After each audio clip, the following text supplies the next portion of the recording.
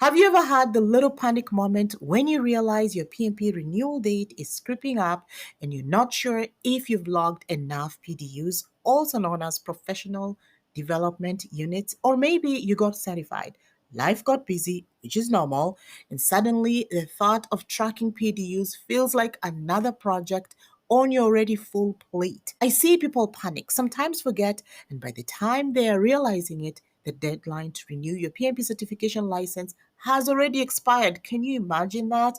Today, I want to break down exactly how to maintain your PMP certification in a way that feels simple, it feels doable, and even enjoyable. Because keeping your certification current should be a burden, it should be a way of celebrating your growth as a project manager.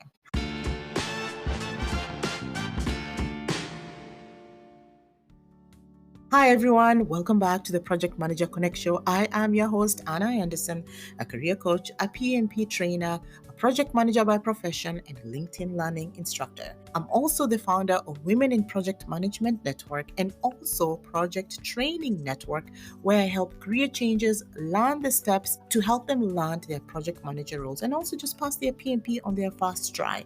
And on this podcast, I bring you real talk, real stories, and strategies to help you build your project management career with confidence. So let's talk about PDUs, Professional Development Units. Your PMP is not a one and done thing. That exam was the hard part. But PMI, which is a Project Management Institute, it does require you to maintain your license and earn 60 professional development units every 3 years to keep your certification active.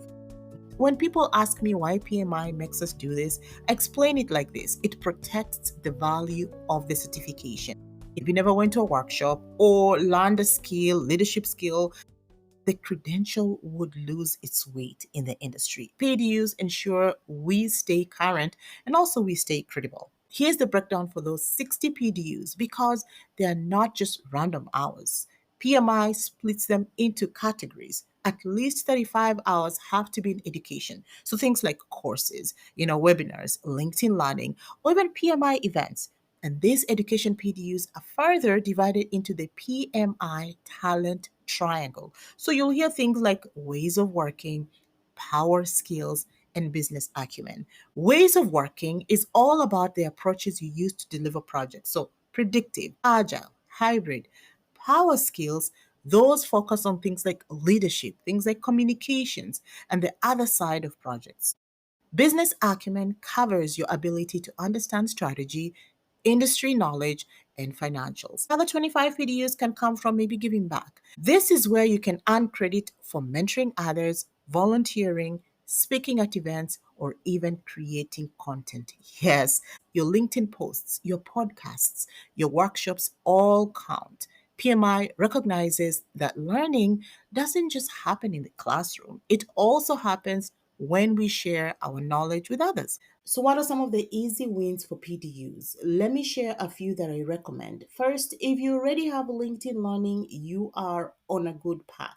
Every course you complete on that platform can be logged as an education PDU. Or if come to my sessions, whether they're free, whether as they're part of the service, you can also earn a PDU because you can go in there and I can give you my project management authorized code to go in and log your PDU. So do not sleep on LinkedIn. Take advantage of it because it is a great resource for you to quickly learn and also to earn a PDU that will count towards the overall 60 PDUs that are required. Second, PMI offers free webinars throughout the year, many of which are pre approved for PDU. So keep an eye on those. Don't underestimate the value of mentoring. If you're coaching a peer or helping someone maybe prepare for a certification, like let's say the CAPM or the PMP, that's giving back. And also, as I mentioned, content creation counts. Please log it in. And finally, workplace learning qualifies. Many companies host internal workshops or conferences, and you can use those hours towards your education PDUs. Now, here's where a lot of people get stuck: tracking. Don't wait until the last 6 months or maybe 3 months or even days of your 3 year cycle to figure this out. Log PDUs as you go. So, of course, you go to your PMI account, log those in. My favorite strategy is simple: aim for 20 to 30 PDUs per year. That way, by the time you enter year three, you're already done and you're not scrambling. A tip I give to my students is to set a recurring reminder on their calendar once a quarter, something like log PDUs. That way, it becomes routine instead of a giant project you have to cram at the end. And let me share two quick stories. I had one client who ignored PDUs until the last minute of her cycle, like literally. If she's listening to this, I know she is going to giggle. She ended up trying to cram 60 PDUs while working full time and also managing her family. It was stressful, and honestly, she did not enjoy the learning. She was just trying to tick the boxes.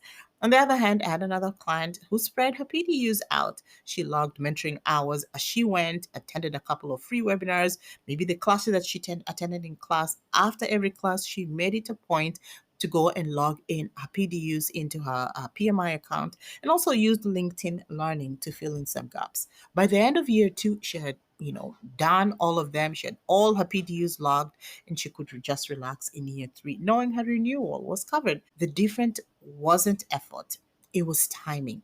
One waited and the other one planned ahead. Very, very important.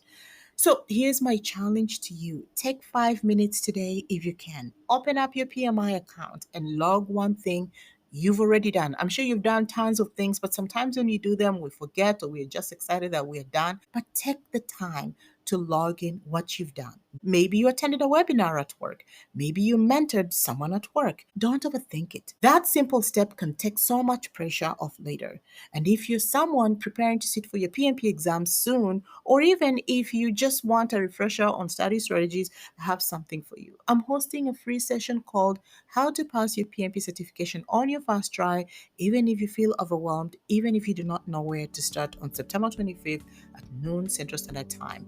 Not only will you leave with a clear study game plan, you'll also earn one PDU in ways of working under my PMI authorized training partner code. That's right. Just by showing up, you'll start stacking those PDUs immediately. It's a win-win. You'll learn, you'll prepare, and also you'll get credit toward your renewal. Maintaining your PMP doesn't have to feel like another project. With small steps, consistent logging, and a mindset that sees PDUs as a growth instead of as a chore, you can stay certified. Keep building your skills and also stand out as a project leader you already are. Okay.